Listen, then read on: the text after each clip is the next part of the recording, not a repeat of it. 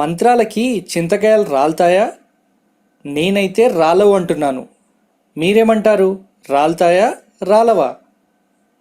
ఈరోజు మనం పాము కాటికి, తేలు కాటికి, దిష్టి కోసం వేసే మంత్రాల గురించి తెలుసుకుందాం. పాము కాటికి, తేలు కాటికి మంత్రాలు వేయడం కొన్ని సంవత్సరాల క్రితం వరకు జరిగిన వైద్యం. ఇప్పుడు చాలా చోట్ల ఇది ఆగిపోయింది. కానీ ఇంకా పల్లెటూర్లలో దీనిని నమ్ముతున్నారు. సిటీలలో కూడా అక్కడక్కడ నమ్మేవారు కనిపిస్తారు. దీని వెనక అసలు లాజిక్ ఏమిటంటే, ఈ భూమి మీద ఉన్న అన్ని పాములలో విషపూరితమైనవి కేవలం 25% మాత్రమే. అదే మన భారతదేశంలో ఇది కేవలం 18 నుంచి 20% మాత్రమే.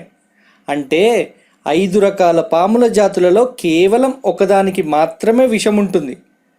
విషపూరితమైన పాములు కూడా ఎక్కువగా అడవులలో మాత్రమే ఉండేవి. అందువల్ల పాము కాటికి మంత్రాలు వేయడం వల్ల మనుషులు బ్రతికేవారు. అంటే మంత్రాలు ఫలించి మనుషులు బ్రతకలేదు, అవి విషపూరితమైనవి కాక మనుషులు బ్రతికారు. అందుకే మంత్రం వేసిన తర్వాత కూడా మనుషులు చనిపోతే మంత్రం పారలేదు అని చెప్తారు. ఇక్కడ మంత్రం చేసిందేమీ లేదు. విషపూరితమైన పాము కరిచినప్పుడు మనుషులు చనిపోతారు, విషం లేని పాము కరిచినప్పుడు మనుషులు చనిపోరు, అంతే. దీనిని అడ్డం పెట్టుకొని మంత్రాల పేరుతో అమాయకుల ధన ప్రాణాలతో ఆడుకుంటున్నారు. ఇక తేలు మంత్రం విషయానికి వస్తే, పాములలాగానే తేళ్లలో కూడా అన్నిటికీ విషం ఉండదు. కానీ తేళ్లలో విషం ఉండే తేళ్ల శాతం ఎక్కువ. కానీ వాటి విషం తీవ్రత మనుషులను చంపే అంత ఉండదు. అందువల్ల తేలు మంత్రం పనిచేసి చాలా వరకు అందరూ ప్రాణాలతో ఉంటారు. ఒకవేళ ఎవరైనా చనిపోతే వాళ్ళు మంత్రం పారలేదు అని సింపుల్గా తేల్చేస్తారు. కానీ దానికి కారణం తేలు యొక్క విషం తీవ్రత మరియు ఆ మనిషి యొక్క ఆరోగ్య స్థితే కారణం, కానీ మంత్రాలు ఎంత మాత్రమూ కాదు. ఇక దిష్టి మంత్రం విషయానికి వస్తే, అసలు దిష్టి అనేదే ఉండదు అని ముందు చేసిన వీడియోలో చెప్పుకున్నాం కదా. దిష్టే లేనప్పుడు దిష్టి మంత్రం ఎలా పనిచేస్తుందండి? అయ్యో, మీరు అలా అంటారేంటండి? చిన్నపిల్లలు సడన్గా ఏడవడం, జబ్బు పడడం చేస్తారు కదా, మరి అది దిష్టి కాకపోతే ఏంటి అంటారా? మీరు చెప్పిన వాటికి చాలా కారణాలు ఉండొచ్చు, అన్నిటికీ దిష్టే కారణం అంటే ఎలా?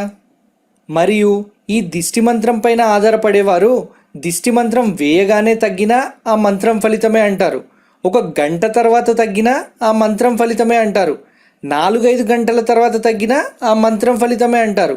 అస్సలు తగ్గకుండా ఉండి ఆసుపత్రికి తీసుకెళ్ళినా మంత్రం పారలేదు అంటారే తప్ప ఈ మంత్రాలు పనిచెయ్యవు అని మాత్రం ఒప్పుకోరు. మంత్రం పారకపోవడానికి కారణాలు ఏముంటాయో అస్సలు ఆలోచించరు. ఈ సమర్థింపు లాజిక్ ఏంటో నాకు అర్థం కాదు. మిత్రులారా, అసలు ఈ మంత్రాలని ఉపయోగించి ఏ పదార్థాన్ని కదపడం కానీ, ఏ వస్తువుని ఉపయోగించడం కానీ, దేన్నైనా కనిపెట్టడం కానీ, శారీరక శ్రమను తగ్గించడం కానీ చేయలేరు. అందువల్ల వీటిపైన ఆధారపడడం మంచిది కాదు. మిత్రులారా, మళ్ళీ చెబుతున్నా, మంత్రాలకు చింతకాయలు రాలవు. చింతకాయలు కావాలంటే రాయి పెట్టి కొట్టాల్సిందే, అంటే శారీరక శ్రమ చేయాల్సిందే. ఇలా శ్రమ చేయలేని వారు కనిపెట్టినవే ఇవన్నీ. మీరు నాతో ఏకీభవిస్తారా? ఏకీభవిస్తే ఈ వీడియోని షేర్ చేయండి. ఏకీభవించకపోతే ఎందుకో కామెంట్ చేయండి. నా ఈ వీడియో మీకు నచ్చినట్టయితే లైక్ చేయండి, కామెంట్ చేయండి, షేర్ చేయండి. మరిన్ని వీడియోల కోసం సబ్స్క్రైబ్ చేసుకోండి. Thanks for watching.